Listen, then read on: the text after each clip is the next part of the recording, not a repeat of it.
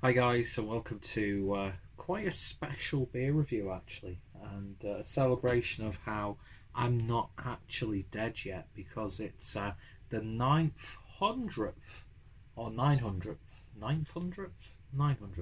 the 900th beer review on the channel.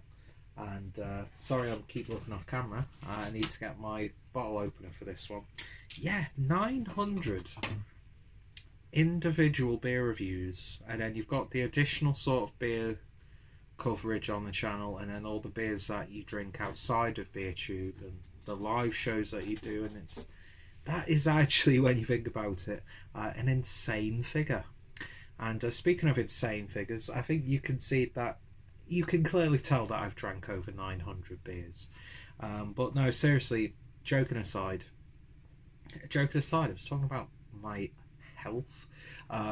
Massive thank you to everyone who's joined me on this journey up to this point. I hope you guys will continue to join me. I know I'm not the greatest beer reviewer, I don't have the greatest of palates, and I'm not exactly a showman, but the fact that people come back to watch my videos, hit that subscribe button, hit that like button, hit that comment button, and write wonderful things, even though I'm terrible at responding. And of course, then there's the friendships that have occurred because of this, and the connections and the relationships and the experiences that I've had, and opportunities as well. I've met some absolutely fantastic people in general thanks to this.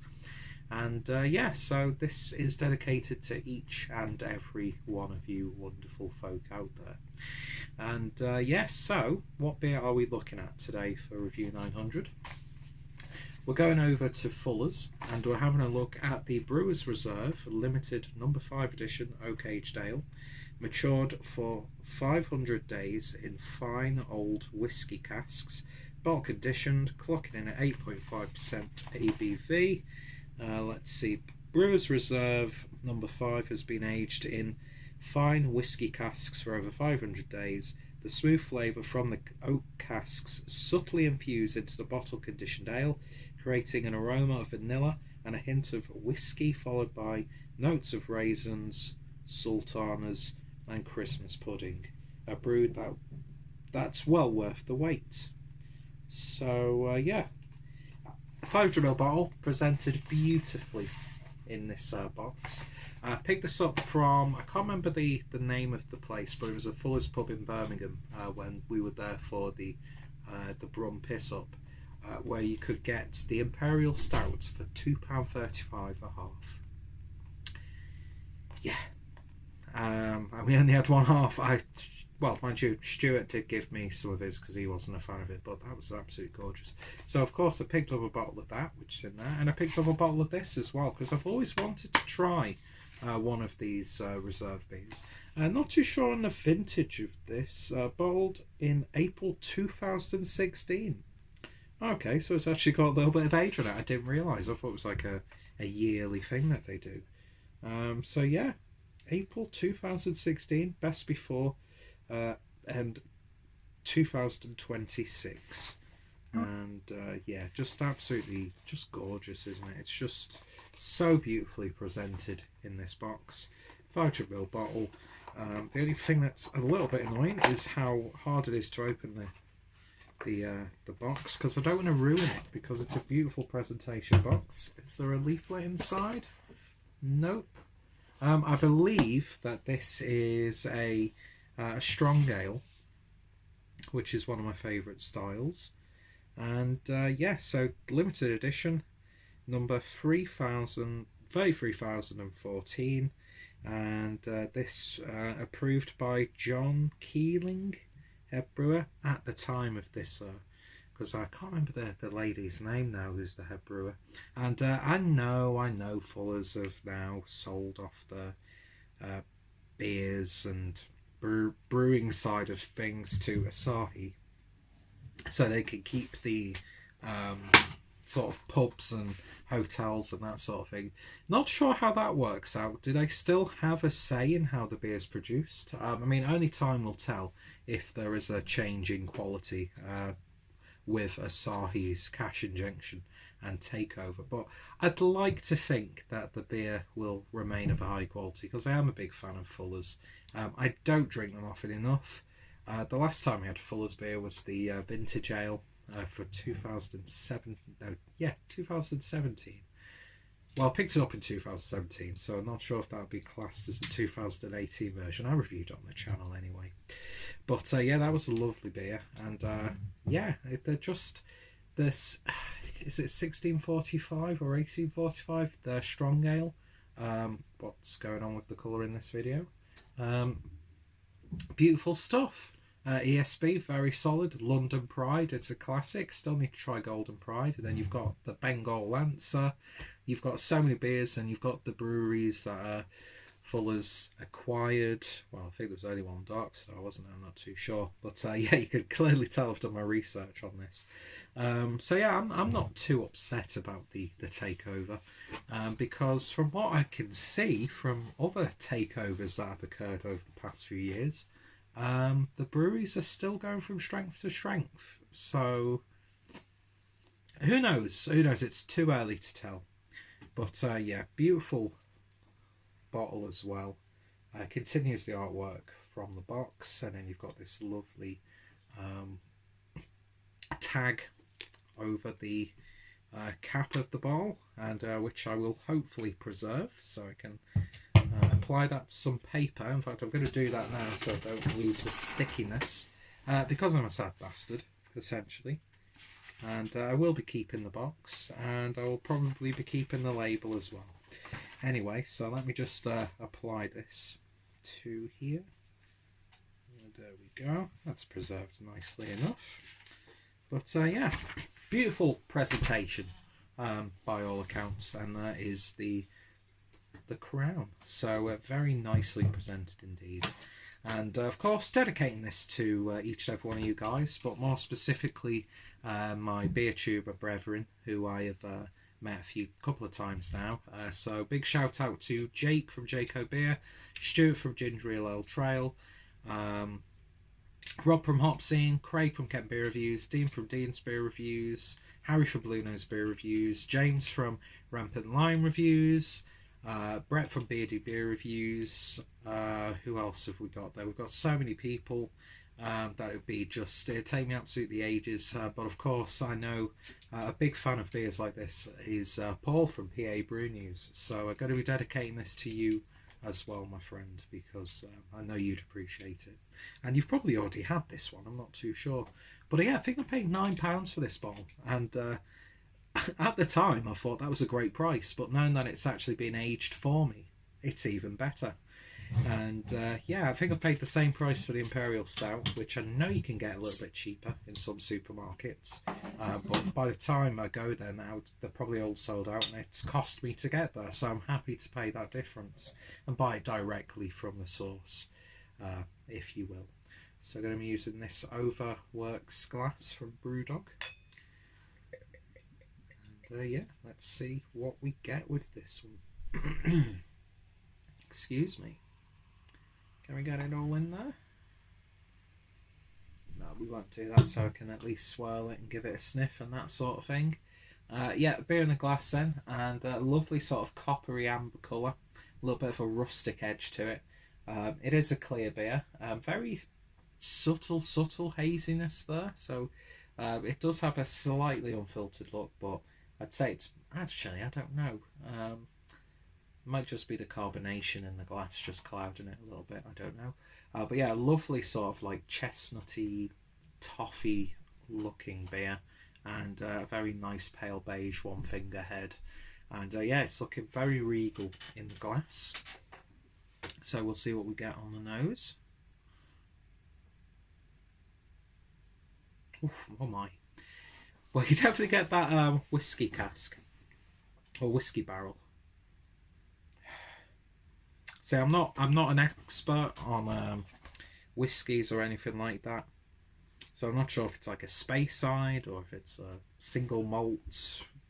You know, just shut up about whiskey, Peter, because you're embarrassing yourself. But yeah, you definitely get that whiskey in there.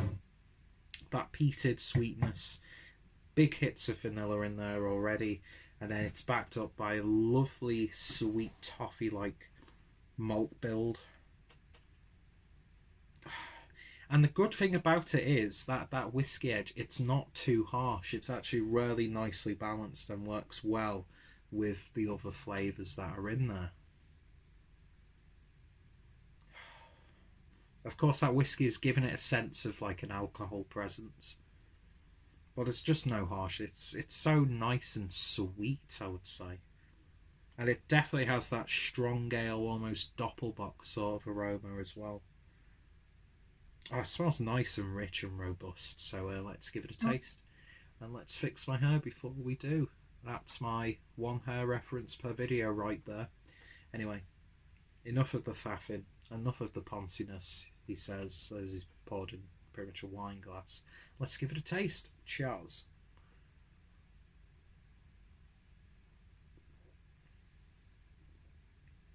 Oh, wow. That is absolutely gorgeous. It goes in so smooth. Big cakey tones, loads of vanilla, a little bit of muscovado sugar, nice gentle malt characters.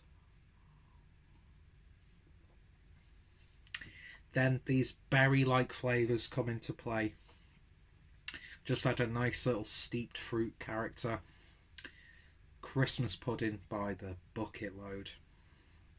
And then the whiskey barrel element creeps through. Big earthy spiciness. That vanilla is enhanced slightly. You get that whiskey malt character coming through as well. But yeah, just like the nose, no harshness. There's like the slightest of warmth in there, but I think that is coming from the whiskey element. Not sure what whiskey they've used or what barrels they've managed to source. I'm sure you can find out much more detailed information about this brew online, which I probably should have done, but it wouldn't really make a difference to me because I'm not a whiskey drinker, although I have been dabbling a lot more in different alcohols recently, which is something that I thought I'd never do. But yeah, this is tasting absolutely tremendous. And you can tell that it's aged because of how mellow it is. It's mellow to the point where it's not lost any flavours or any character. In fact, it's full of character. It's got a real sense of maturity to it. There is that slight air of sophistication about it. It's got a little bit of decadence there.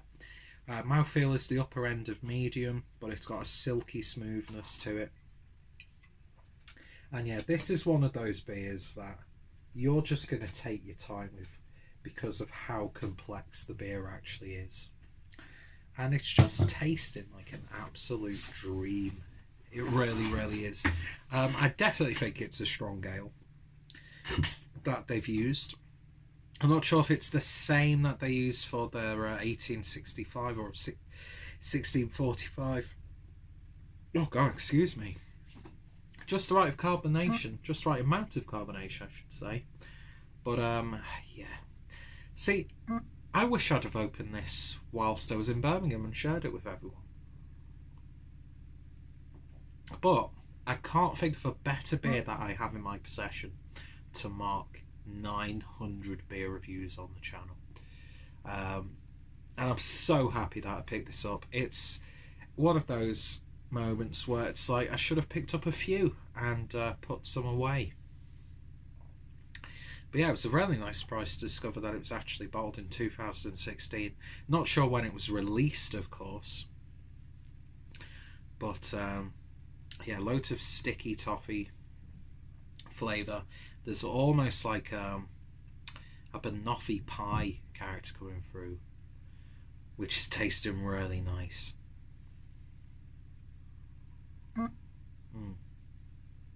I do apologise that you keep hearing vibrations.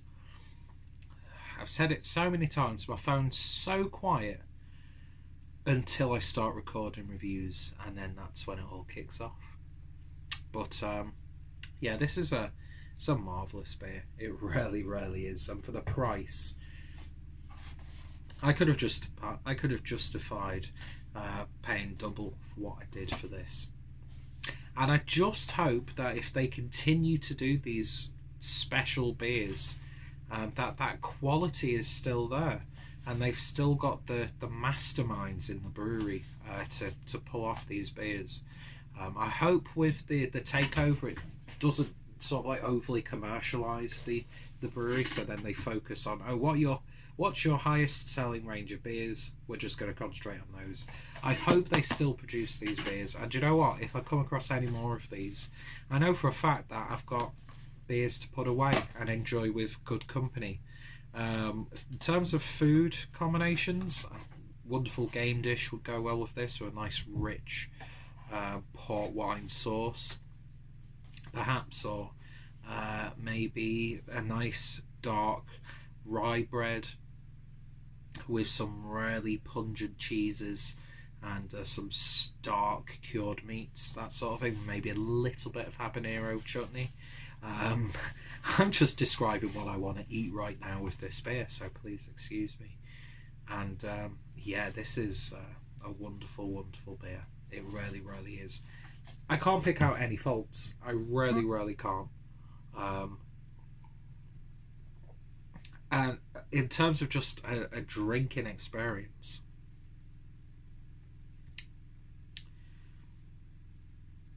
yeah, it's a 10 out of 10. It's just an absolutely beautiful beer. And these are the beers that just give Fuller their name, and these are the beers that justify the respect that beer drinkers have for the brewery.